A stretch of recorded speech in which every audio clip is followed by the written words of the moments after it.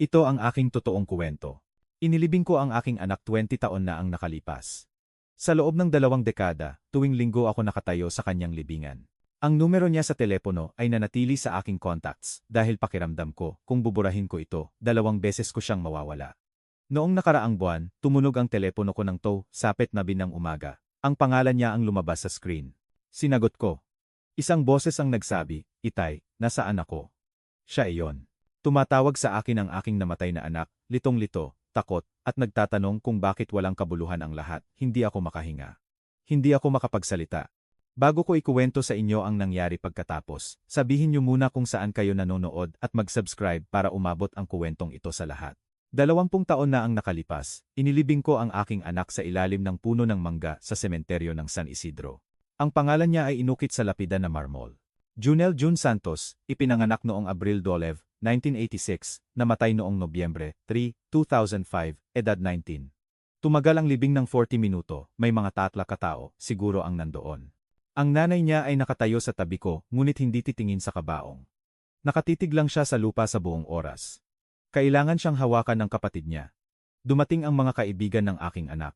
Mga bata na namumula ang mata na hindi alam ang sasabihin. Nagkakaladkad sila ng mga paa. Nagbulungan sila ng pakikiramay. Sa loob ng 1 taon, karamihan sa kanila ay tumigil na sa pagtawag. Sa loob ng 2 taon, wala na ni isa sa kanila ang nagbanggit ng kanyang pangalan. Ganyan gumana ang kamatayan. Ang mga tao ay nagpapatuloy. Kailangan nilang gawin iyon, ngunit ako, hindi ko nagawa. Nangyari ang aksidente noong Biyernes ng gabi. Pauwi siya galing sa trabaho. Isang truck ang sumalpok sa red light at bumangga sa panig ng driver. Agad siyang namatay sa impact. Iyan ang sinabi sa akin ng pulis. Walang pagdurusa, walang sakit, bigla na lang nawala. Tumawag sila sa akin ng 11:22 ng gabi. Naalala ko ang eksaktong oras dahil nanonood ako ng balita at tiningnan ko ang orasan ng tumunog ang telepono. Sinabi ng isang opisyal na nagkaroon ng aksidente. Sinabi niya na kailangan kong pumunta agad sa Ospital General ng Cebu. Alam ko na. Laging alam ng mga magulang. Nagmaneho ako ng 90 mile per hour. Wala akong pakialam kung bumangga ako. Pagdating ko, dinala nila ako sa isang pribadong silid. Doon ko nalaman na sigurado. Pribadong silid lang ang ginagamit nila para sa masamang balita. Pinayagan nila akong makita siya. Ang mukha niya ay walang galos. Mukha siyang natutulog, mapayapa. Hinawakan ko ang kamay niya at mainit pa rin ito. Paulit-ulit kong iniisip na magigising siya. Tumayo ako roon sa loob ng 2 oras, naghihintay na gumalaw ang dibdib niya. Hindi iyon nangyari. Dumating ang nanay niya at sumigaw. Sumigaw siya ng napakalakas kaya lumapit ang security. Nawalan siya ng malay. Kinailangan siyang bigyan ng pampakalma. Hindi niya kinaya ang identification. Hindi niya kayang pumirma ng mga papel. Ginawa ko ang lahat ng mag-isa. Pinili ko ang kabaong. Pinili ko ang plot. Sinulat ko ang obituary. Pinili ko ang mga bulaklak. Ginawa ko ang lahat sa gitna ng ulap, gumagalaw sa mga kilos na hindi ko maintindihan. Ang libing ay mas masahol pa sa ospital. Sa ospital, kaya kong magpanggap. Kaya kong isipin na nagkamali. Pero sa libing, ibinaba siya sa lupa. Narinig ko ang makinarya. Narinig ko ang kabaong na lumapat sa lupa. Nagtapon ang mga tao ng bulaklak sa takip. Nagtapon ang nanay niya ng isang liham na sinulat niya. Wala akong itinapon. Nanonood lang ako. Matapos umalis ang lahat, nanatili ako. Pinuno ng mga trabahador ang libingan. Palapala bawat palapala. Pinanood ko ang bawat minuto. Kailangan kong makita itong matapos. Kailangan kong malaman na nandoon talaga siya sa ilalim. Nang tinambakan nila ang huling lupa, umalis na ako sa wakas. Sa loob ng 20 taon, bumisita ako tuwing linggo. Ulan, snow, init, walang halaga. Nagdala ako ng bulaklak. Kinausap ko siya. Sinabi ko sa kanya ang tungkol sa linggo ko. Sinabi ko sa kanya ang mga bagay na hindi ko masabi sa iba. Ang nanay niya ay tumigil sa pagpunta pagkatapos ng unang taon. Sabi niya, masakit daw masyado. Sabi niya kailangan daw niyang magpatuloy. Naghiwalay kami 3 taon pagkatapos niyang mamatay. Pumatay sa aming kasal ang kalungkutan. Nag-asawa siyang muli. Nagkaroon siya ng isa pang anak. Nagtayo siya ng bagong buhay. Ako, hindi ko kaya. Pinanatili ko ang kwarto niya eksakto kung paano niya iniwan. Ang mga damit niya ay nakabitin pa rin sa closet. Ang mga libro niya ay nakalagay sa shelf. Ang numero niya sa telepono ay nanatili sa aking contacts. Binayaran ko ang bill buwan-buwan kahit naputol na ang linya. 60 bawat buwan para manatiling buhay ang numero niya sa telepono ko. Sabi ng mga tao, kailangan ko raw ng therapy. Sabi ng mga tao, kailangan ko raw mag-let go. Wala akong pakialam sa sinasabi ng mga tao. Natuto akong mabuhay sa paligid ng kawalan. Hindi mo malalampasan ang pagkawala ng anak. Natututo ka lang maglakad ng maingat sa paligid ng butas na iniwan nila. Natututo kang gumana. Pumapasok ka sa trabaho. Nagbabayad ka ng bills. Nagpapanggap ka na okay ka, pero hindi ka kailanman okay. Ang bawat kaarawan na lumipas nang wala sila ay pagpapahirap. Ang bawat Pasko, bawat milestone na hindi nila kailanman maabot. Pinanood ko ang mga kaibigan niya na nagtapos sa kolehiyo, nag-asawa, nagkaroon ng mga anak. Ang anak ko ay nanatiling 2 ba magpakailanman, na-freeze sa oras. Isang binata na hindi kailanman naging isang lalaki. Tinanggap ko iyon. Wala akong pagpipilian. Ang patay ay final. Hanggang noong nakaraang buwan nang umilaw ang numero niya sa telepono ko ng 2:47 ng umaga. Noong nakaraang buwan sa Setyembre 14, tumunog ang telepono ko ng 2:47 ng umaga. Tulog ako. Ang tunog ay gumising sa akin. Kinuha ko ang telepono sa nightstand at tiningnan ang screen. Ang pangalan ay Junel, pangalan ng aking anak. Nakatitig sa akin ang contact photo niya. Isang larawan mula sa 11,000 kaarawan niya, nakangiti, buhay. Naka-freeze akong nakaupo sa kama, hawak ang telepono. Tumitibok ang puso ko sa dibdib. Malamig ang pakiramdam ng silid. Nagsimulang manginig ang mga kamay ko ng husto, kaya muntik ko na itong mabitawan. Hindi ito maaaring totoo. Putol na ang numero sa loob ng 19 na taon. Itinago ko ito sa aking contacts. Pero hindi ito gumagana. Sinubukan ko itong tawagan ng daan-daang beses sa loob ng mga taon. Palagi itong napupunta sa isang recorded message na nagsasabing ang numero ay wala na sa serbisyo, pero ngayon, tumatawag ito sa akin. Patuloy na tumutunog ang telepono. 4 na ring, 5 ring. Hindi ako makagalaw. Nakabitin ang hinlalaki ko sa answer button, pero hindi ko ito maipindot. Paano kung nagkamali ito? Paano kung ito ay isang masamang prank? Paano kung sagutin ko at wala akong marinig? Sa ika-6 na ring, may isang bagay sa loob ko ang nabasag. Pinindot ko ang button. Inilapit ko ang telepono sa tenga ko. Sa loob ng 3 segundo, wala akong narinig. Tahimik lang, dead air. Pagkatapos, narinig ko ang paghinga. Mabagal na paghinga, labas-pasok, steady, tao. May tao roon. Sumara ang lalamunan ko. Hindi ako makapagsalita. Sinubukan kong magsabi ng hello, pero walang tunog na lumabas.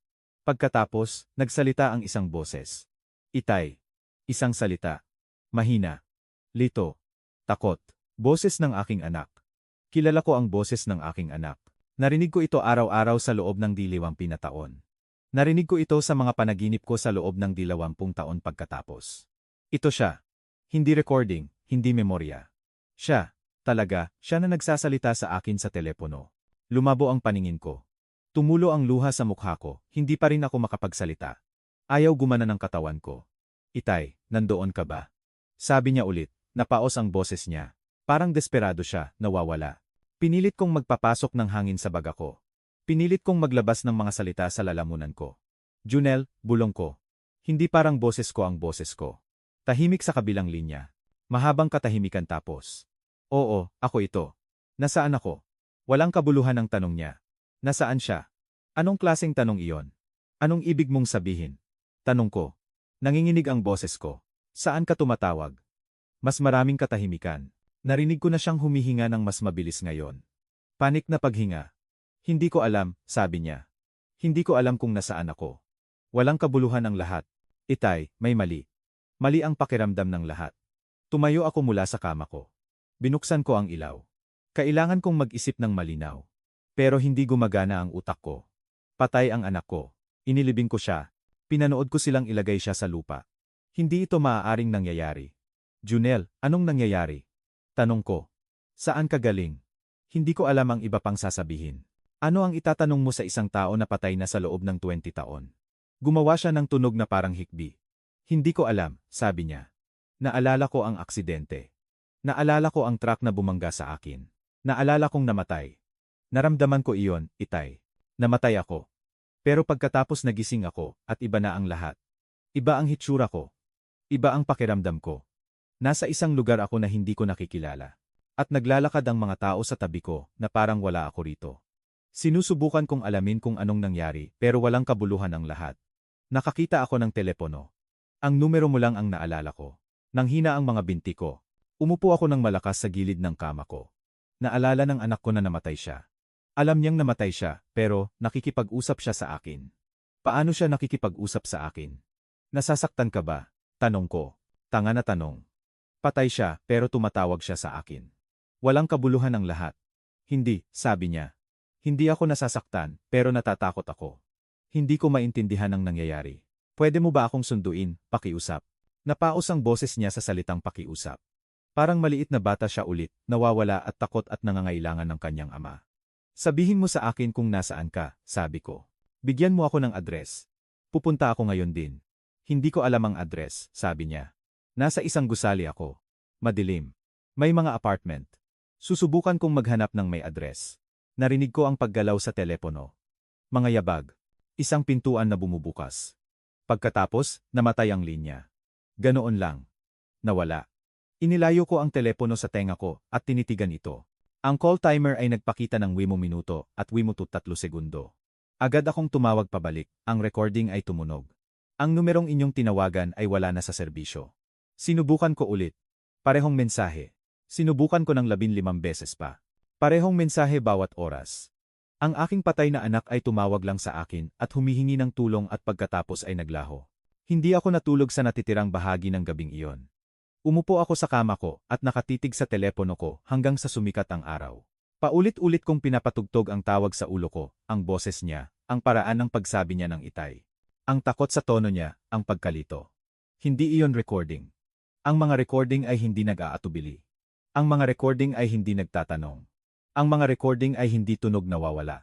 Ito ay isang totoong pag-uusap sa isang totoong tao na alam ang mga bagay na tanging ang anak ko lang ang makakaalam. Alam niya ang tungkol sa aksidente. Alam niya ang numero ko. Alam niya kung sino ako. Ngunit patay ang anak ko. Nakita ko ang katawan niya. Hinawakan ko ang malamig niyang kamay sa ospital. Pinanood ko silang isara ang kabaong. Pinanood ko silang ilibing siya ng 6 na talampakan sa ilalim ng lupa. Nang 6:10 ng umaga, nagmaneho ako patungo sa sementeryo. Kailangan kong makita ang libingan. Kailangan ko ng patunay na nandoon pa rin siya. Ang umaga ay malamig at kulay abo. Nakabitin ang fog sa mababa sa ibabaw ng mga lapida. Nagpark ako at naglakad patungo sa puno ng mangga. Ang libingan niya ay eksakto kung paano ito palaging tingnan. Lapida na marmol, sariwang bulaklak mula sa pagbisita ko 3 araw na mas maaga. Ang lupa ay solid at hindi nagalaw. Walang sinuman ang naghukay sa kanya. Walang sinuman ang humawak sa lupa. Lumuhod ako at inilagay ang kamay ko sa damo. Malamig ito at basa ng hamog. Junel. Bulong ko. Nasa ilalim ka ba? Tanga na tanong. Siyempre, nandoon siya sa ilalim. Inilibing ko siya mismo. Pero kung gayon, sino ang tumawag sa akin? Nanatili ako sa libingan sa loob ng 1 oras. Hindi ako nagdasal. Hindi ako relihiyoso. Umupo lang ako roon, sinusubukang maintindihan ang nangyari. Baka nanaginip lang ako. Baka sa wakas ay nabasag na ng kalungkutan ang isip ko pagkatapos ng 20 taon. Baka nagiging baliw na ako. Pero nang tiningnan ko ang telepono ko, nandoon ang tawag sa history ko. Pangalan ni Junel. 2:47 ni umaga. 9 minuto. 43 segundo. Hindi panaginip, hindi hallucination. Totoo. Nag-screenshot ako ng call log, kailangan ko ng ebidensya. Kailangan ko ng patunay na hindi ako naloloka. Pagkatapos nagmaneho ako pauwi at naghintay. Hindi ko alam kung ano pa ang gagawin. 3 araw ang lumipas. Wala. Walang tawag, walang mensahe. Halos hindi ako kumain. Halos hindi ako natulog. Hawak ko ang telepono ko bawat segundo. Natatakot akong maligo dahil baka mamiss ko ang isang tawag. Natatakot akong umalis sa bahay. Kumatok ang kapitbahay ko sa pinto, nagtatanong kung okay ako. Hindi ako sumagot. Umupo lang ako sa sala ko at nakatitig sa telepono ko, hinihiling na tumunog ito. Sa ika-4 na araw ng 3:16 ng umaga, tumunog ito ulit. Ang pangalan niya, ang litrato niya. Sinagot ko bago pa, matapos ang unang ring. Junel, sabi ko kaagad. Itay, ang boses niya ang dumating. Mas masahol ang tunog niya kaysa dati, pagod, desperado. May nakita ako. Nakakita ako ng address. Tumalon ang puso ko. Saan? Kinuha ko ang panulat at papel mula sa coffee table ko. Ano ang address? Binasa niya ito ng dahan-dahan. 4247, Avenida Rizal, Apartment 8, Barangay Maligaya, Lungsod ng Davao. Sinulat ko ito. Sobrang nanginginig ang kamay ko kaya halos hindi ko na mabasa ang sarili kong sulat. 2 rehiyon ang layo niyan, sabi ko. Anong ginagawa mo riyan? Gumawa siya ng tunog sa pagitan ng tawa at hikbi. Hindi ko alam, sabi niya. Hindi ko alam kung paano ako napunta rito. Hindi ko alam kung bakit ako narito, pero itay, may mali talaga. Lumabas ako ngayon at tiningnan ako ng mga tao. May babae na naglakad sa akin, talagang sa akin na parang hindi ako solid. Sa tingin ko, patay ako. Sa tingin ko, multo ako o kung ano. Hindi ka multo, sabi ko. Hindi ko alam kung totoo iyon, pero sinabi ko pa rin. Nakikipag-usap ka sa akin. Hindi maaaring gumamit ng telepono ang mga multo. Tumawa siya, pero parang basag. Kung gayon, ano ako? Tanong niya. Tumingin ako sa salamin at may nakita akong mas matanda. May nakita akong mukha na halos sa akin, pero hindi eksakto. Sobrang lito ako. Sobrang pagod ako. Pwede mo ba akong sunduin, pakiusap? Ayaw ko na rito. Sumikip ang lalamunan ko. Paparating ako, sabi ko. Manatili ka kung nasaan ka. Aalis ako ngayon din. Makakarating ako riyan sa loob ng 8 oras. Kaya mo bang maghintay ng 8 oras? Katahimikan. Pagkatapos, susubukan ko. Itay, natatakot ako.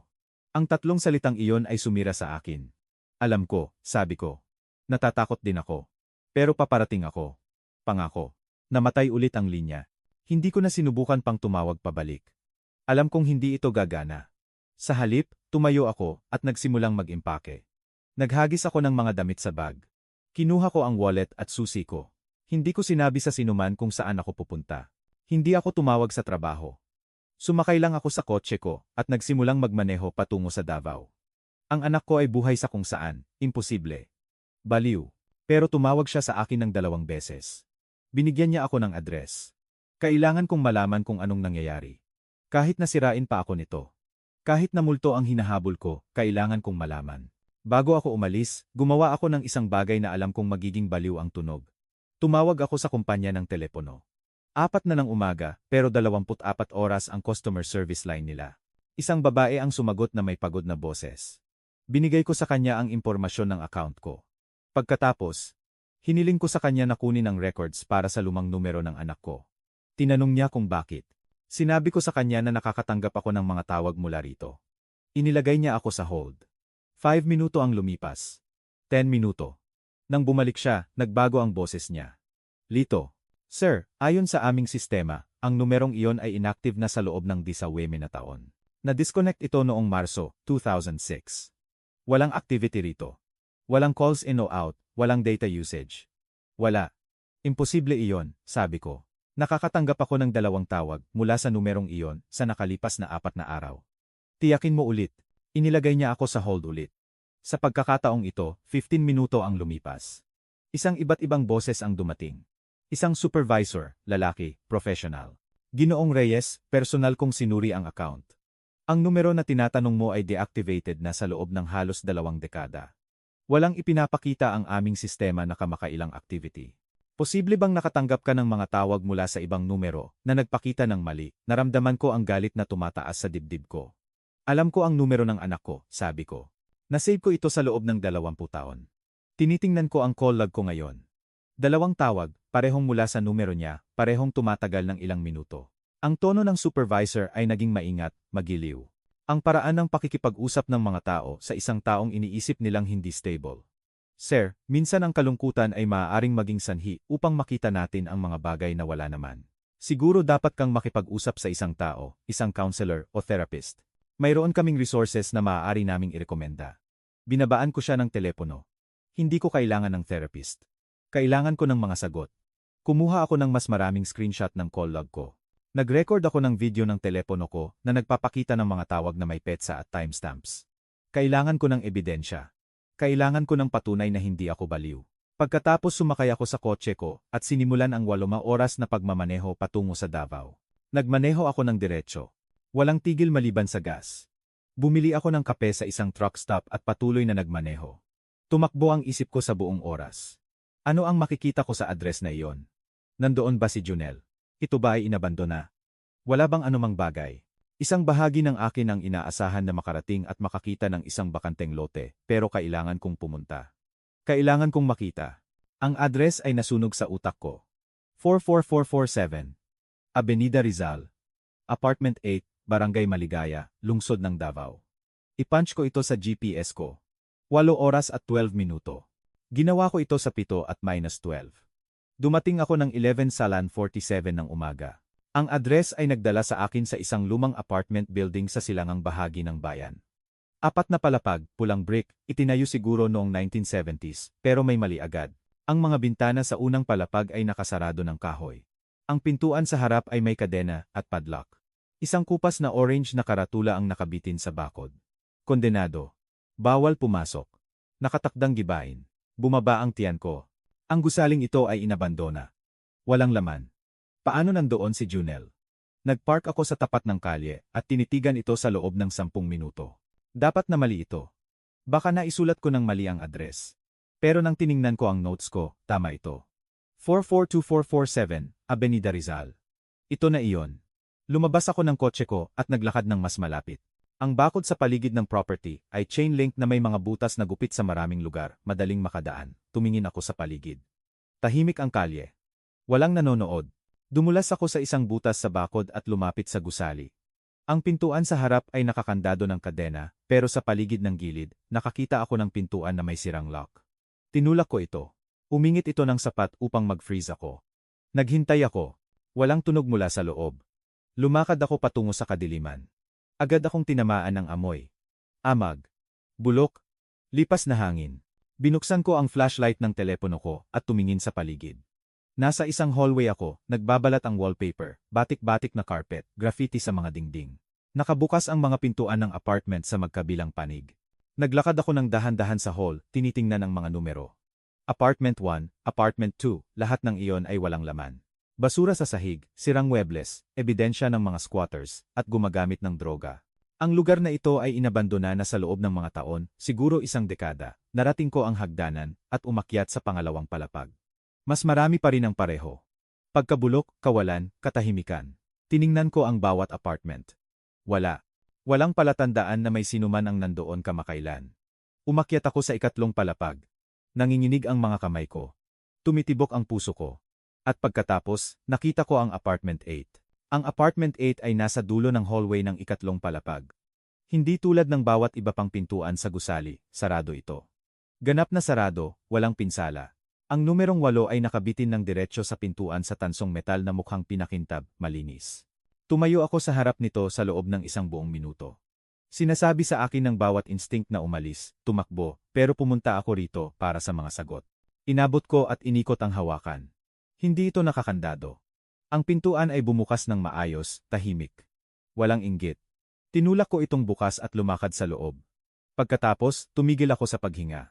Ang apartment ay perpekto, ganap na perpekto. Habang ang bawat iba pang unit sa gusali ay nasira at nabubulok, ang isang ito ay mukhang may nakatira rito. Ang mga dingding ay pininturahan ng malambot na asul, malinis, walang pagbabalat, walang pinsala sa tubig. Ang carpet ay beige at walang batik. Nakikita ko ang mga linya ng vacuum dito, sariwang linya ng vacuum. Ang hangin ay hindi amoy amag. Amoy sabon at kape ito. Naglakad ako sa loob at naramdaman kong nanghihina ang mga binti ko. Ang sala ay may muebles, isang brown na sopa, isang coffee table, isang telebisyon sa isang stand. Lahat ng bagay ay maayos at nakaayos, parang isang normal na apartment, parang bahay ng isang tao. Sa mga dingding ay may mga larawan. Lumapit ako at lumabo ang paningin ko. Mga larawan sila ng pamilya ko. Ako at ang asawa ko, at si Junel. Mga larawan mula noong bata pa siya, ang una niyang araw sa kindergarten, ang ika-10 kaarawan niya, umaga ng Pasko noong Dolabesa siya, isang larawan, mula sa high school graduation niya. May kopya ako ng eksaktong mga larawang ito sa bahay ko. Paano sila napunta rito? Sino ang naglagay sa kanila rito? Hinawakan ko ang frame na nanginginig ang mga daliri. Malinis ang salamin. Walang alikabok, kamakailan lang sila isinabit. Lumipat ako sa susunod na dingding. Mas maraming larawan. Pero iba ang mga ito. Ipinakita ng mga ito si Junel na mas matanda, sa kanyang 20s. Sa kanyang 30s. Mga larawan na hindi kailanman umiral. Mga larawan na hindi maaaring umiral dahil namatay siya sa edad na 19. Sa isang larawan, nakatayo siya sa harap ng isang gusali ng kolehiyo, nakasuot ng toga. Sa isa pa, nakaupo siya sa isang restaurant kasama ang mga kaibigan na hindi ko nakikilala. Ang isa pa ay nagpakita sa kanya na nakatayo sa harap ng eksaktong apartment building na ito, nakangiti, buhay, mukhang mga 38 taong gulang. Kinuha ko ang telepono ko at kumuha ng mga larawan ng lahat. Nanginginig ng husto ang mga kamay ko, kaya malabo ang labas ng mga larawan. Kailangan kong patatagin ang sarili ko, laban sa dingding. Hindi ito posible. Walang anuman sa mga ito ang posible. Lumakad ako sa kusina, malinis na plato sa drying rack, isang kape mug sa counter na may brown na likido pa rin sa ilalim. Hinawakan ko ito, medyo mainit pa. Binuksan ko ang refrigerator. May pagkain sa loob. Gatas, itlog, mga tira sa containers. Tiningnan ko ang petsa sa gatas. Mag-e-expire ito sa loob ng 5 araw. Sariwa, kamakailan lang. May nakatira rito. May kumakain dito sa isang condemned na gusali na nakatakdang gibain. Isinara ko ang refrigerator at nakita ko ang isang note na nakakabit sa pintuan ng isang magnet. Tumigil ang puso ko. Ang note ay sulat kamay sa lined paper. Agad kong nakilala ang sulat kamay. Sulat kamay ni Junel. Ang parehong magulo na sulat na mayroon siya mula noong middle school. Hinila ko ang note mula sa ref at binasa ito. Itay, kung binabasa mo ito, hindi ko alam kung anong nangyayari sa akin. Nagising ako rito 3 linggo na ang nakalipas na walang alaala kung paano ako napunta rito. May ID ako na nagsasabing ang pangalan ko ay Marco Puno. 38 taong gulang ako. Nagtatrabaho ako sa isang pabrika. May apartment ako at isang buhay na hindi ko maalala na nabuhay. Pero hindi iyon ang buhay ko. Naalala kong ako si Junel. Naalala kita. Naalala ko si nanay. Naalala kong namatay ako sa aksidenteng iyon. Naramdaman ko ang impact. Naramdaman ko ang lahat na tumigil. Pagkatapos nagising ako rito bilang ibang tao. 20 taon ang lumipas, pero hindi ko maalala ang anuman dito. Kilala ako ng mga tao rito bilang Marco. Kilala nila ako sa loob ng mga taon, pero hindi ako si Marco. Ako si Junel, ang anak mo. Sa tingin ko dapat ay patay na ako. Sa tingin ko may mali. Hindi ako nabibilang dito. Pakiusap, tulungan mo akong alamin kung anong nangyari. Binasa ko ang note ng 3 beses. Patuloy na lumalabo ang paningin ko sa luha. Maingat ko itong tiniklop at inilagay sa bulsa ko. Pagkatapos lumakad ako patungo sa silid tulugan. Kalahating bukas ang pintuan. Tinulak ko ito ng buo at tumingin sa loob. Isang kama na maayos na ayos. Isang dresser na may mas maraming larawan sa ibabaw. Isang closet na may mga damit na nakabitin. Mga damit panlalaki. Size large. Size large ang suot ni Junel. Sa nightstand ay nakalagay ang isang wallet at isang set ng mga susi. Dinampot ko ang wallet at binuksan ito. Sa loob ay may driver's license. Ang litrato ay nagpakita ng isang lalaki na mukhang mas matandang bersyon ng aking anak. Parehong mata, parehong ilong, parehong bahagyang peklat sa baba mula noong nahulog siya sa bike sa edad na 7. Ngunit ang pangalan sa license ay nagsabing Marco Puno. Petsa ng kapanganakan, Abril Balema, 1986. Ang parehong kaarawan ni Junel. Address: 44447 Avenida Rizal. Apartment 8, Barangay Maligaya, Lungsod ng Davao. Umupo ako sa kama dahil ayaw na akong hawakan ng mga binti ko. Namatay ang anak ko 20 taon na ang nakalipas. Inilibing ko siya, pero ayon sa license na ito, nakatira siya rito sa ilalim ng ibang pangalan. Nabubuhay ng isang buhay na hindi niya maalala. Paano iyon posible? Kinuha ko ang telepono ko para tawagan ang pulis. Pagkatapos, tumigil ako. Ano ang sasabihin ko sa kanila? Buhay ang aking patay na anak pero hindi naaalala na buhay. Iisipin nilang baliw ako. Itinago ko ang telepono. Kailangan ko ng mas maraming sagot muna. Kailangan kong maintindihan kung anong nangyari bago ako makisali sa iba. Nanatili ako sa apartment na iyon sa loob ng 2 oras, naghahanap sa lahat ng bagay. Nakakita ako ng mga bills na naka-address kay Marco Puno na bumabalik ng 5 taon. Electric bills, water bills, payubs mula sa pabrika ng luma ng Maligaya, lahat ay nagpapakita ng regular na pagbabayad, isang normal na buhay. Sa isang drawer, nakakita ako ng lease agreement na pinirmahan 3 taon na ang nakalipas. Lagda ni Marco Puno, pero mukhang halos magkapareho ito sa kung paano magpirma si Junel. Sa isa pang drawer, nakakita ako ng medical records, hospital visits, prescriptions, isang file mula sa isang neurologist. Umupo ako sa sopa at binasa ang bawat pahina. Ang medical records ay nagsabi ng isang imposibleng kuwento. Ayon sa mga dokumento, si Marco Puno ay na-admit sa Ospital General ng Cebu noong Nobyembre 3, 2005. Ang parehong ospital kung saan namatay ang anak ko. Ang parehong petsa, ang parehong gabi. Nasa isang matinding car accident siya, maraming pinsala, trauma sa ulo. Nasa koma siya sa loob ng 6 na araw. Nang magising siya, mayroon siyang kumpletong amnesia. Walang alaala ng buhay niya bago ang aksidente. Walang alaala ng kanyang pagkakakilanlan. Walang ID na nakita sa pinangyarihan. Naging John Doe siya. Pinanatili siya ng ospital sa loob ng 3 linggo habang naghahanap sila ng pamilya. Walang sinuman ang nagpakita. Walang nag-claim sa kanya. Binasa ko ang mga salita ng paulit-ulit. Nobyembre 3, 2005. Ang gabi na namatay si Junel. Ang parehong ospital, ang parehong uri ng aksidente. Nagsimulang manginig ang mga kamay ko.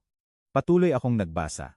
Matapos siyang i-release mula sa ospital, tinulungan siya ng social services. Binigyan nila siya ng pansamantalang pabahay. Tinulungan nila siyang makakuha ng ID sa ilalim ng pangalan na pinili niya para sa sarili niya. Marco Puno. Hindi niya maalala ang totoo niyang pangalan, kaya pumili siya ng bago, nagkaroon siya ng trabaho.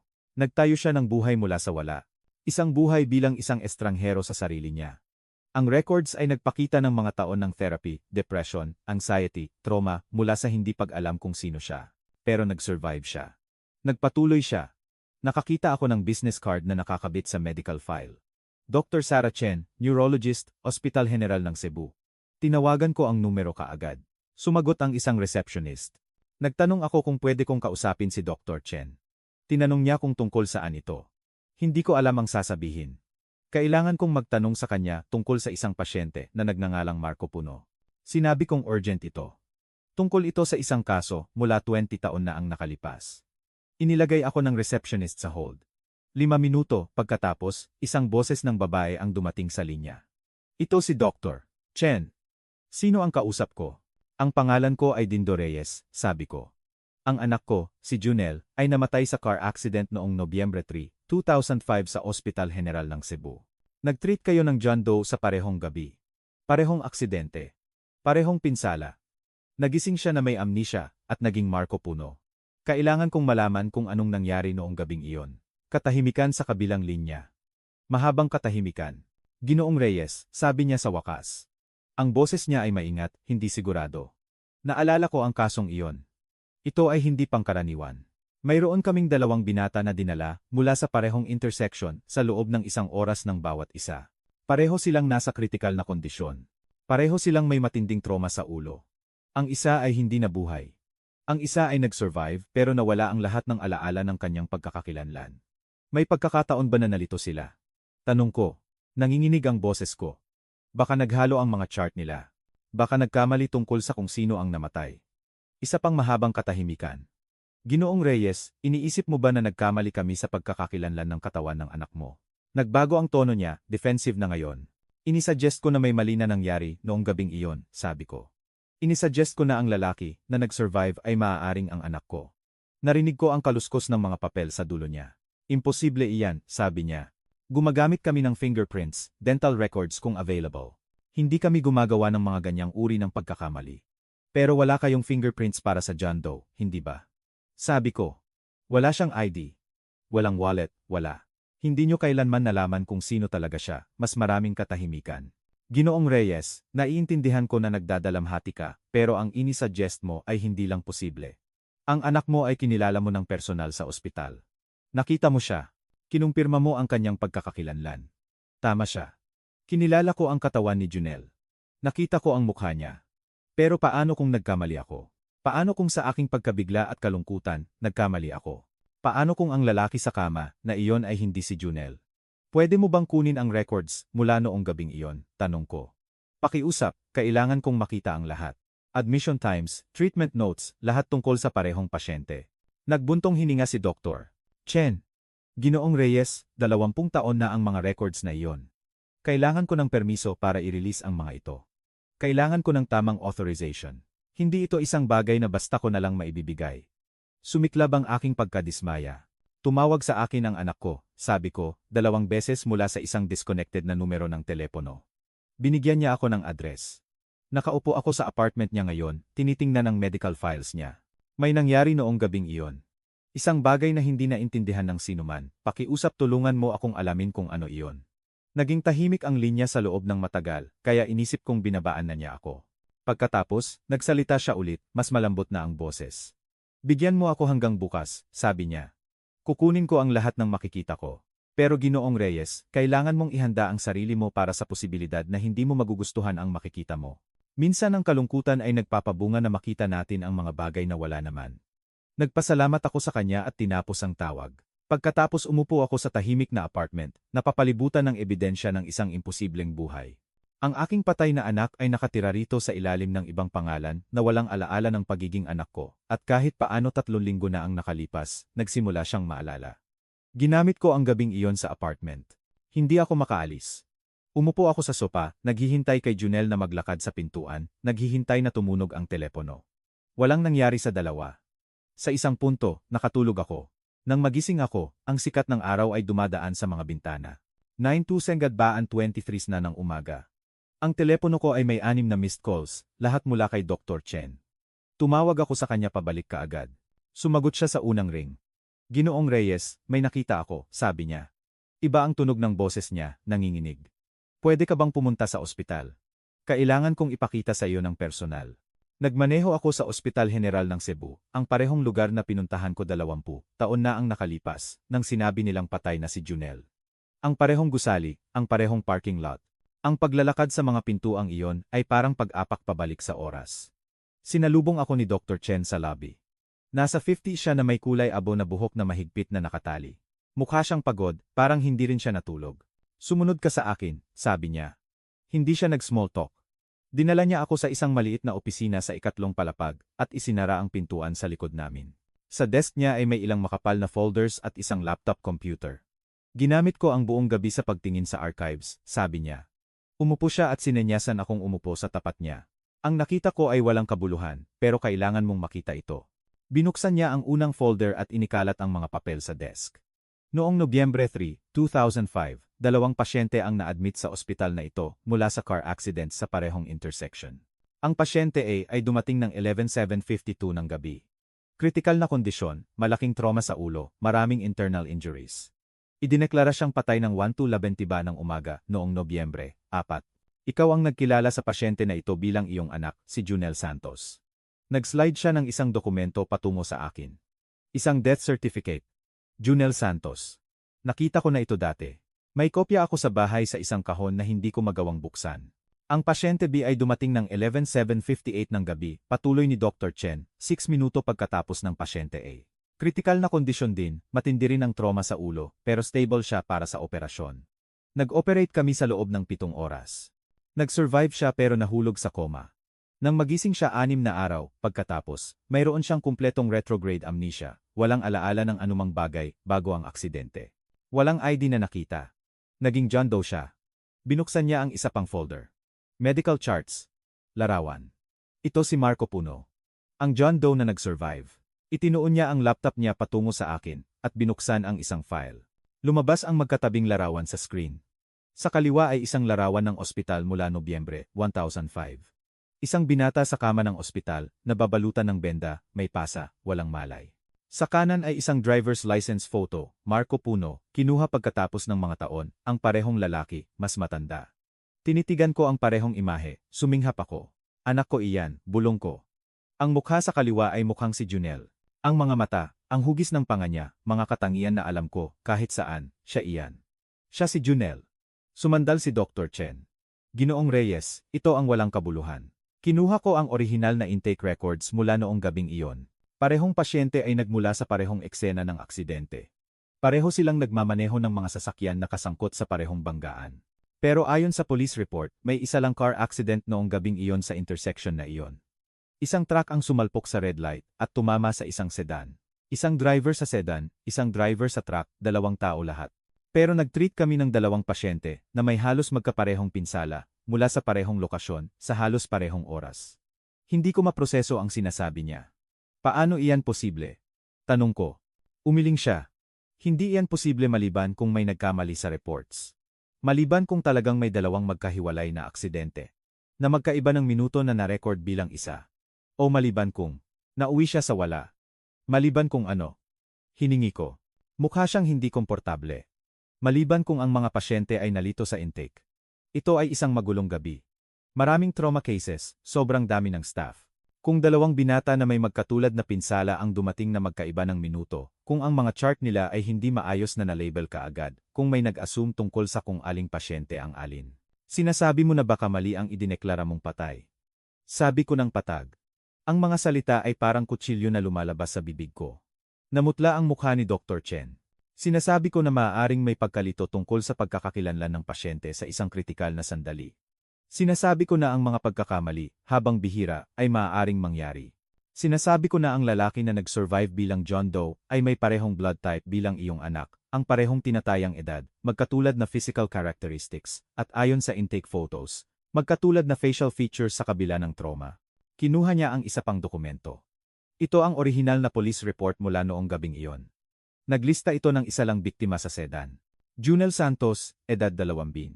Pero sinabi rin nito na ang identification ay nakita sa pinangyarihan sa sasakyan. Kinilala ko ang katawan niya, sabi ko. Ang boses ko ay parang walang laman, nakita ko siya. Hinawakan ko ang kamay niya. Tumanggo si Dr. Chen ng dahan-dahan.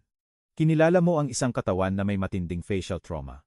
Sa isang sandali ng matinding emosyonal na pagkabalisa sa gitna ng gabi, matapos sabihan na patay na ang anak mo, Ginoong Reyes, ang utak ng tao sa ilalim ng ganoong klaseng stress ay hindi palaging nakikita ng malinaw.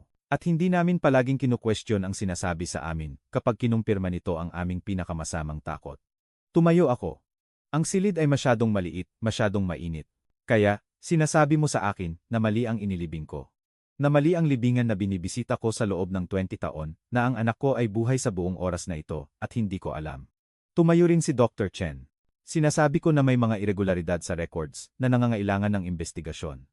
Sinasabi ko sa iyo na si Marco Puno ay maaaring kailanganing i-DNA test.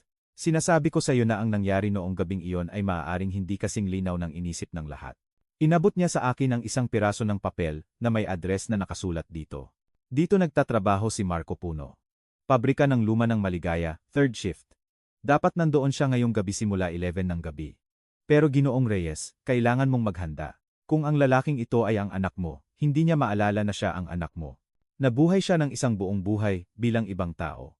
Ang paglapit sa kanya ay maaaring maging traumatiko para sa inyong dalawa. Kinuha ko ang papel. Manhid ang mga kamay ko. Kung mayroon mang pagkakataon na siya si Junel, kailangan ko siyang makita, sabi ko, kailangan kong malaman. Tumango si Dr. Chen. Naiintindihan ko. Nag-ayos ako ng DNA test kit. Kung makakakuha ka ng sample, isang cheek swab, o kahit buhok na may ugat, maaari naming iran ito laban sa DNA mo. Malalaman namin ng sigurado sa loob ng 48 oras. Inabot niya sa akin ang isang maliit na plastic bag na may sterile swab sa loob. Inilagay ko ito sa bulsa ko. Isa pa, sabi niya, habang tumalikod ako, upang umalis. Kung ito ang anak mo, kung si Marco Puno ay talaga si Junel Santos, kailangan mong maintindihan na hindi siya ang parehong tao na nawala sa iyo. 20 taon ng pamumuhay, bilang ibang tao ay nagbabago ng isang tao. Kahit natugma ang DNA, ang binata na kilala mo ay wala na. Pumunta ako sa pabrika ng luma ng Maligaya noong gabing iyon ng 10:25 ng gabi. Ang pabrika ay nakaupo sa gilid ng bayan, napapalibutan ng mga walang laman na bukid. Isang malaking gusali ng metal na may mga truck na nakapark sa labas. Maliwanag na ilaw ang nag-iilaw sa parking lot. Umupo ako sa kotse ko, nanonood ng mga manggagawa na dumating para sa night shift. Mga lalaki na naka-jeans at work boots na may dalang lunchboxes. Hindi ko alam kung anong hitsura ni Marco Puno ngayon. Larawan lang ng driver's license, at ang mga larawan mula sa apartment ang mayroon ako. Makikilala ko ba siya? Makikita ko ba ang anak ko sa mukha ng isang estranghero? Nang 10:10 ng gabi, isang kulay pilak na Honda ang pumasok sa lot at nagpark ng 3 espasyo mula sa akin. Isang lalaki ang lumabas, matangkad, siguro 6 foot, nakasuot ng jeans, at isang brown jacket. Kinuha niya ang isang backpack mula sa upuan ng pasahero, at nagsimulang maglakad patungo sa entrance ng pabrika. Hindi ko makita ng malinaw ang mukha niya sa dilim, pero isang bagay sa paraan ng paggalaw niya ang nagpasikip sa dibdib ko. Ang lakad, ang bahagyang pagbagsak ng balikat niya. Eksakto ganoon maglakad si Junel. Lumabas ako ng kotse ko at sinundan siya sa isang distansya. Naabot niya ang entrance at tumapak sa ilalim ng maliwanag na ilaw sa itaas ng pintuan. Tumigil ako sa paglalakad. Ayaw gumalaw ng mga binti ko. Makita ko siya ng malinaw ngayon. Ang mukha niya, mas matanda ito. Mga linya sa paligid ng mga mata, mas mabigat na panga, pero mukha iyon ni Junel, 20 taon na mas matanda, eksakto kung paano siya magiging hitsura kung nabuhay siya. Ang parehong ilong, ang parehong hugis ng bibig niya, kahit ang paraan ng pagpapatakbo niya ng kamay niya sa buhok niya bago buksan ang pintuan. Ginawa ni Junel ang eksaktong galaw na iyon ng 1,000 beses. Pinanood ko siyang nawala sa loob ng gusali. Pagkatapos tumayo ako sa parking lot na umiiyak. Hindi tahimik na luha, malakas na hikbi na hindi ko makontrol. Buhay ang anak ko. 38 taong gulang siya at buhay, at nagtatrabaho sa night shift sa isang pabrika. Naghintay ako sa kotse ko sa loob ng 3 oras, sinusubukang magdesisyon kung anong gagawin. Hindi ko lang siya pwedeng lapitan. Ano ang sasabihin ko? Hi, ako ang tatay mo. Namatay ka 20 taon na ang nakalipas. Pero buhay ka talaga. Hindi mo lang maalala. Iisipin niyang baliw ako. Tatawag siya ng security. Kailangan ko muna ng patunay. Kailangan ko ng DNA test. Nang 7:17 ng umaga, nagsimulang lumabas ang mga manggagawa para sa break nila.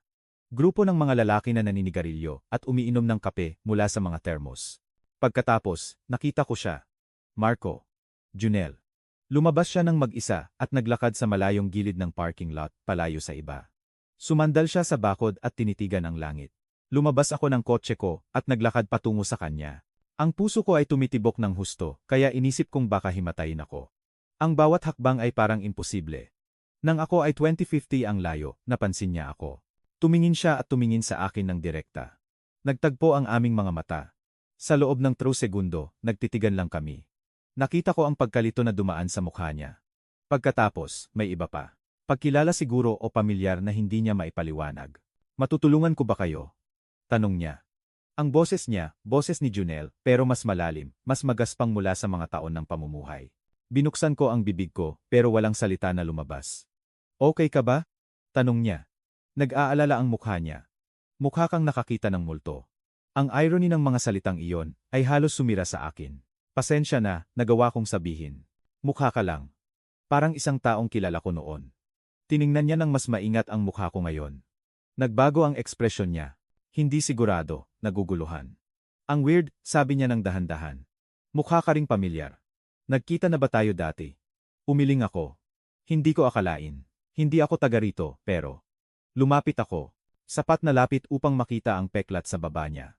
Ang maliit na peklat mula sa aksidente sa bike noong 7 siya. Nandoon iyon, kupas pero nakikita. Anong pangalan mo? Tanong ko. Marco, sabi niya. Pagkatapos nag-atubili siya. Marco Puno. Kayo? Halos sabihin kong Dindo. Halos sabihin sa kanya ang totoo, pero pinigilan ko ang sarili ko. Juan, nagsinungaling ako. Juan de la Cruz. Tumango siya pero patuloy na nakatitig sa akin, na parang sinusubukan niyang lutasin ang isang puzzle. Magiging baliw ang tunog nito, sabi niya. Pero pakiramdam ko kilala kita, parang nakita dati. Baka sa isang panaginip o kung ano. Sumara ang lalamunan ko. Baka. Bulong ko. Tumawa siya ng kinakabahan. Pasensya na. Alam kong parang baliw iyon. Nagkakaroon ako ng weird na panaginip kamakailan. Talagang malinaw tungkol sa isang buhay na hindi ko maalala na nabuhay. Anong klaseng panaginip? Tanong ko. Mukha siyang hindi komportable. Katangahan. Stress lang siguro. Sabi ng therapist ko, sinusubukan daw ng utak ko na punan ang mga puwang mula sa amnesia ko. Na-aksidente ako matagal na ang nakalipas. Nawala ang lahat ng alaala ko mula noon. Minsan ang isip ko ay gumagawa ng mga kwento para ipaliwanag ang mga nawawalang bahagi. Kinuskos niya ang mukha niya ng pagod. Kamakailan, matindi ang mga panaginip. Nakakakita ako ng mga tao na hindi ko nakikilala, pero pakiramdam ko pamilya. Nakakakita ako ng mga lugar na hindi ko kailanman napuntahan, pero pakiramdam ko bahay, at may isang lalaki na patuloy na lumilitaw. Mas matandang lalaki, laging malungkot, laging nanonood sa akin. Sa tingin ko, dapat ay tatay ko siya, pero hindi ko maalala na may tatay ako. Hindi ako makahinga. Pinapanaginipan niya ako. Anong hitsura niya? Tanong ko. Sa mga panaginip, ang tatay. Tiningnan ako ni Marco sa loob ng matagal na sandali. Bahagyang kumitid ang mga mata niya. Parang kayo, sabi niya ng tahimik. Eksakto siyang mukhang kayo. Ang hangin sa pagitan namin ay parang kuryente, mabigat. Lumapit siya ng isa pang hakbang. Sino ka talaga? Tanong niya. Bakit pakiramdam ko kilala kita? Gusto kong sabihin sa kanya ang lahat. Gusto ko siyang sunggaban at huwag na siyang bitawan, pero pinilit ko ang sarili ko na manatiling kalmado. May nawala ako matagal na ang nakalipas, sabi ko. Isang taong mukhang ikaw. Inisip kong nakita ko siya sa mukha mo. Pasensya na sa panggugulo. Tumalikod ako para lumakad palayo. Kailangan kong umalis bago ako tuluyang bumagsak. Teka, tawag ni Marco. Huminto ako. Ano ang pangalan niya? Ang taong nawala sa iyo. Tumingin ako pabalik sa kanya, sa mukha niya. Mukha ng anak ko. Junel, sabi ko. Junel ang pangalan niya. Natigilan si Marco. Nagbago ang ekspresyon niya. Gulat, takot. May iba pa na hindi ko makilala. Imposible iyan, bulong niya. Paano mo nalaman ang pangalan na iyan? Tumigil ang puso ko. Anong ibig mong sabihin? Tanong ko. Mukha siyang natigilan ngayon, maputla. Nagkakaroon ako ng mga panaginip na ito. Sa kanila, tinatawag nila akong Junel, hindi Marco. Junel. Palagi akong nagigising na lito dahil hindi iyon ang pangalan ko, pero lahat sa panaginip ay ginagamit ang pangalan na iyon na parang sa akin. Kinuha niya ang telepono niya na nanginginig ang mga kamay. 3 linggo na ang nakalipas, nagising ako at nakita ito sa notes app ko. Hindi ko maalala na sinulat ko ito, pero sulat kamay ko ito. Itinuon niya ang telepono patungo sa akin. Sa screen ay may 3 salita na nakasulat ng paulit-ulit. Ako si Junel. Ako si Junel. Ako si Junel. Nakasulat ng 12 ng beses, pinupuno ang buong screen. Inisip kong naloloka ako, sabi ni Marco. Napaos ang boses niya. Inisip kong pinababaliw ako ng amnesia, pero sinabi mo lang ang pangalan na iyon. Isang estranghero ang nagsabi lang ng pangalan mula sa mga panaginip ko. Paano iyan posible? Kinuha ko ang DNA test kit mula sa bulsa ko. Sobrang nanginginig ang mga kamay ko, muntik ko na itong mabitawan. Kailangan kong magtanong sa iyo ng isang bagay, sabi ko. At kailangan mong magtiwala sa akin kahit na hindi mo ako kilala.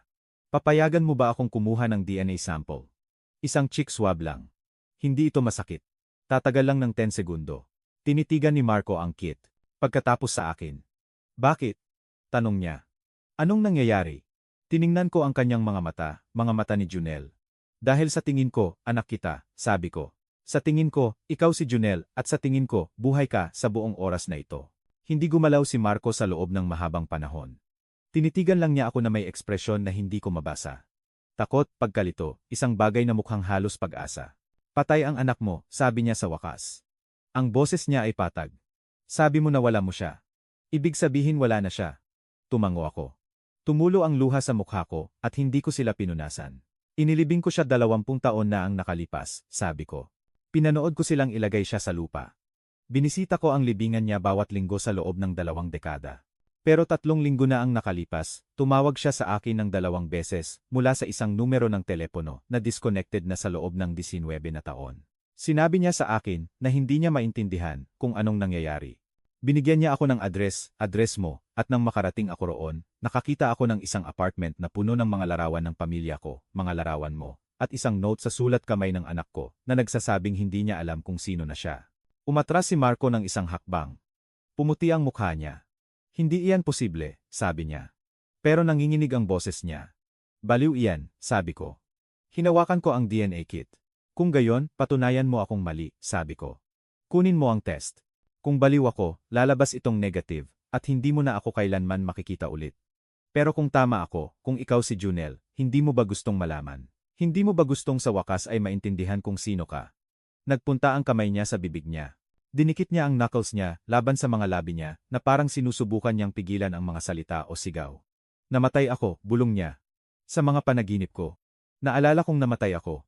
Naalala ko ang aksidente, ang impact, lahat ng bagay na nagdilim. Naalala kong naramdaman ko na natapos ang buhay ko. Ganoon din ako, sabi ko. Naalala kong natanggap ang tawag na patay ka. Naalala kong kinilala ang katawan mo sa ospital. Naalala ko ang bawat segundo ng libing mo. Pero paano kung pareho tayong nagkamali? Paano kung may nangyari noong gabing iyon na hindi naintindihan ng sinuman? Ipikit ni Marco ang kanyang mga mata. Nang binuksan niya sila, basa sila. Kung nagsasabi ka ng totoo, sabi niya ng dahan-dahan. Kung ako talaga ang anak mo, ibig sabihin na wala ako ng 20 taon. 20 taon ng buhay na dapat ay mayroon ako sa iyo, kasama ang totoo kong pamilya. 20 taon ng pamumuhay bilang maling tao. Napaos ang boses niya. Paano ako makakabalik mula roon? Aalamin natin ito ng magkasama, sabi ko. Lumapit ako at inabot ang kit ulit. Pakiusap, hayaan mo akong kumuha ng sample. Alamin natin ang totoo. Tiningnan niya ang kit sa loob ng mahabang sandali. Pagkatapos tumango siya. Sige, bulong niya. Binuksan ko ang package na nanginginig ang mga kamay. Kinuha ko ang sterile swab. Buksan mo ang bibig mo, sabi ko. Ginawa niya. Dahan-dahan kong iniswab ang loob ng pisngi niya sa loob ng 10 segundo tulad ng sinabi ng instructions. Pagkatapos sinara ko ito sa plastic tube at inilagay sa bulsa ko. Gaano katagal bago namin malaman? Tanong niya. 48 oras, sabi ko. Isang doktor sa Ospital General ng Cebu ang nagpapatakbo ng test. Ikukumpara niya ang DNA mo sa akin. Niyakap ni Marco ang sarili niya. Anong gagawin ko hanggang noon? Tanong niya. Paano ako papasok sa trabaho at mag-aakto ng normal kapag ang buong realidad ko ay maaaring isang kasinungalingan? Wala akong sagot. Pwede ba kitang tawagan? Tanong ko. Pwede ko bang ibigay sa iyo ang numero ko para makapag-usap tayo? Tumango siya at kinuha ang telepono niya. Binigay ko sa kanya ang numero ko at na-save niya ito. Ano ang itatawag ko sa'yo? Tanong niya. Sinira ako ng tanong na iyon. Ano man ang pakiramdam na tama, sabi ko. Juan o Dindo o wala man lang hanggang sa malaman natin ng sigurado. Na-save niya ang contact bilang Juan. Pagkatapos tumingin siya sa akin na may ekspresyon ng purong sakit. Kailangan kong sabihin sa iyo ang isang bagay, sabi niya. At kailangan mong maintindihan na hindi ko ito sinasabi para saktan ka. Ano iyon? Tanong ko. Bumuntong hininga siya ng nanginginig. Kung lalabas na positive ang test. Kung ako talaga ang anak mo. Hindi ko maalala na siya ako. Hindi kita maalala. Nabuhay ako bilang Marco Puno sa loob ng 20 taon. Iyon lang ang buhay na alam ko. Kahit na sinasabi ng DNA na ako si Junel Santos, hindi ko alam kung makakabalik ako sa pagiging siya ulit. Hindi ko alam kung mayroon pa ang taong iyon. Ang mga salita ay parang suntok sa dibdib. Pero tama siya. Kahit na siya si Junel, hindi siya ang Junel na nawala sa akin.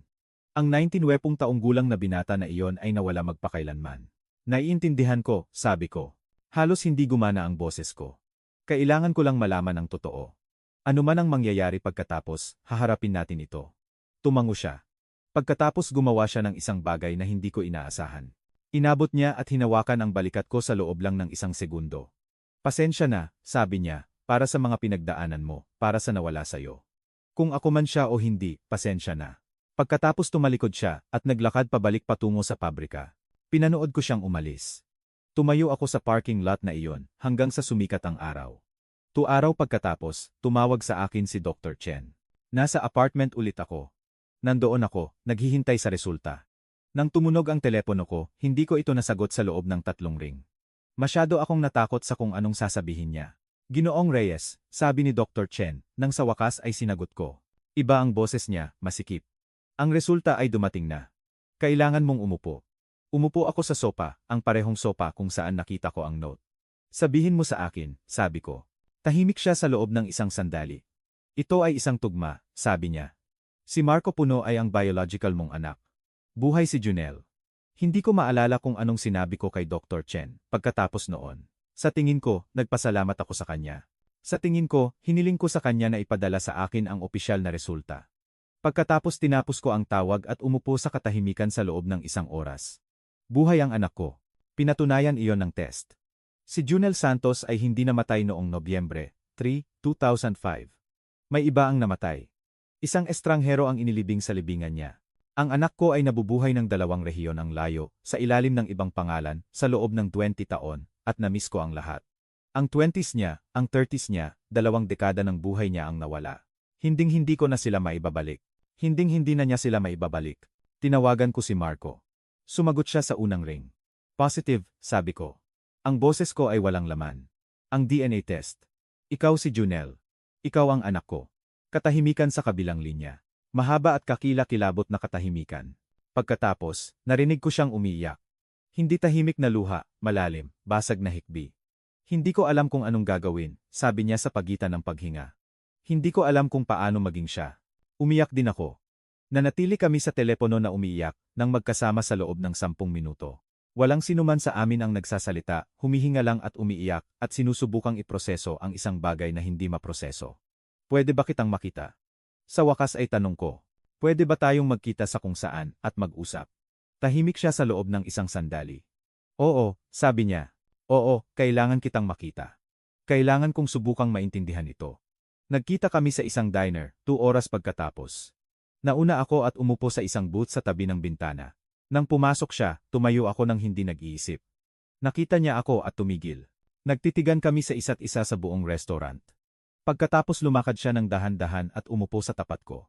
Malapit sa liwanag ng araw, nakita ko ng malinaw si Junel sa mukha niya. Pero nakita ko rin ang estranghero na naging siya. Ang mga linya, ang pagka-weathering. Ang buhay na nabuhay nang wala ako. Hindi ko alam kung saan magsisimula, sabi niya. Ang boses niya ay hilaw mula sa pag-iyak. Ginugol ko ang buong buhay ko nang hindi alam kung sino ako, at ngayon alam ko. Pero hindi ito nararamdaman na totoo. Pakiramdam ko, isang bagay na nangyari sa ibang tao. Tumango ako. Inilibing kita, sabi ko, nagluluksa ako. Binisita ko ang libingan mo, bawat linggo. Pinanatili ko ang kwarto mo eksakto kung paano mo iniwan, at buhay ka sa buong oras. Inilagay niya ang mukha niya sa mga kamay niya. Pasensya na, sabi niya. Alam kong walang ibig sabihin iyan. Alam kong hindi inaayos ng pasensya ang 20 taon, pero pasensya na dumaan ka sa ganoon. Hindi mo kasalanan, sabi ko. Wala sa mga ito ang kasalanan mo. May mali na nangyari noong gabing iyon. Naghalo ang ospital. Nagising ka na hindi alam kung sino ka, at hindi nila kailanman naisip iyon. Walang sinuman ang masisisi. Pero kahit sinabi ko iyon, naramdaman ko ang galit sa ospital, sa pulis, sa sinumang gumawa ng pagkakamali na nagnakaw ng 20 taon mula sa aming dalawa. Anong gagawin natin ngayon? Tanong ni Marco. Paano tayo magpapatuloy mula rito? Wala akong sagot. Hindi ko alam, sabi ko ng tapat. Ikaw ang anak ko. Pinapatunayan iyan ng DNA. Pero ikaw din si Marco Puno. May buhay ka, trabaho, isang pagkakakilanlan. Hindi ko pwedeng hilingin sa iyo na isuko iyon at maging isang taong hindi mo maalala na ikaw. Tumingin siya sa akin na may basang mata. Pero gusto kong subukan, sabi niya. Gusto kong malaman kung sino ako. Gusto kitang makilala. Gusto kong maintindihan ang buhay na nawala sa akin. Kahit na hindi ko ito kailanman ganap na maalala, gusto kong subukan. Ang mga salitang iyon ay nagbigay sa akin ng isang bagay na hindi ko naramdaman sa loob ng 20 taon, pag-asa. Kung gayon, dahan-dahan nating gawin, sabi ko. Gumugol tayo ng oras ng magkasama. Mag-usap tayo. Sasabihin ko sa iyo ang mga kwento tungkol sa kung sino ka. Sasabihin mo sa akin ang tungkol sa kung sino ka na. Aalamin natin ito. Isang araw sa isang pagkakataon. Inabot niya sa tapat ng mesa. Nanginginig ang kamay niya. Kinuha ko ito. Mas malaki ang kamay niya kaysa sa naalala ko, mas magaspang. Pero nang hinawakan ko ito, naramdaman ko ang isang bagay na inisip kong hindi ko na kailanman mararamdaman ulit. Kamay ng anak ko at sa akin. Umupo kami sa diner na iyon sa loob ng 4 na oras. Sinabi ko sa kanya ang tungkol sa pagkabata niya, ang una niyang salita, ang paborito niyang laruan, ang oras na nabali ang braso niya sa pagkahulog mula sa isang puno, ang graduation niya, ang mga pangarap niya na mag-college. Pinakinggan niya ang bawat salita na parang nakikinig siya ng isang kuwento tungkol sa isang estranghero. Baka nga, pero minsan ang pagkilala ay kumikislap sa kanyang mga mata. Maliit na sandali kung saan ang isang bagay na sinabi ko ay humipo sa isang alaala na nakabaon ng malalim. Nagpalitan kami ng mga numero ng telepono ng maayos sa pagkakataong ito. Hindi bilang Juan de la Cruz at Marco Puno, bilang Dindo Reyes at Juniel Santos, ama at anak. Sa loob ng susunod na 3 buwan, nagkita kami bawat linggo. Minsan sa diner, minsan sa apartment niya. Minsan pumunta siya sa bahay ko at nakita ang lumang kwarto niya. Tumayo siya sa pintuan, nakatitig sa mga poster, sa mga dingding at mga libro sa mga shelves. Parang museum, sabi niya ng tahimik. Parang tinitingnan ko ang mga artifacts mula sa buhay ng ibang tao. Sinabi ko sa kanya ang tungkol sa nanay niya, kung paano siya nag-asawa ulit, kung paano siya nagpatuloy. Sabi niya, hindi pa raw siya handa na makita siya. Baka hindi na, masyadong malalim ang ilang sugat. Naintindihan ko. Kinontak ko ang sementeryo at ipinasuri ang libingan. Ang katawan na inilibing doon ay sinubukan. Ito ay sa isang 19 taong gulang na nagngangalang Christopher Hayes, isang runaway na walang pamilya, walang naghahanap sa kanya. Namatay siya sa lugar ng anak ko at inilibing sa ilalim ng pangalan ng anak ko. Inilipat ko ang kanyang labi sa isang tamang libingan na may totoo niyang pangalan sa lapida. Tumigil ang tawag pagkatapos lumabas ang DNA test. Hindi na tumunog ulit ang numero ni Junel. Anuman ang nagdulot nito, anuman ang imposibleng bagay na umabot sa buong 20 taon upang dalhin kaming magkasama ay tapos na. Dinala ko siya pauwi. Hindi sa paraang inisip ko, hindi bilang ang binata na nawala sa akin, kundi bilang ang lalaking naging siya. Hinding-hindi namin maibabalik ang oras na nawala sa amin. Hinding-hindi namin magkakaroon ang 20 taon na iyon. Pero mayroon kaming ngayon. Mayroon kaming bukas. Mayroon kaming pangalawang pagkakataon na hindi dapat umiral. Inilibing ko ang anak ko 20 taon na ang nakalipas. Nagluluksa ako, binisita ko ang libingan niya. Inisip kong wala na siya magpakailanman. Pagkatapos tumawag siya sa akin mula sa kabila ng kamatayan, at sinabing nawawala lang siya, at dinala ko siya pauwi.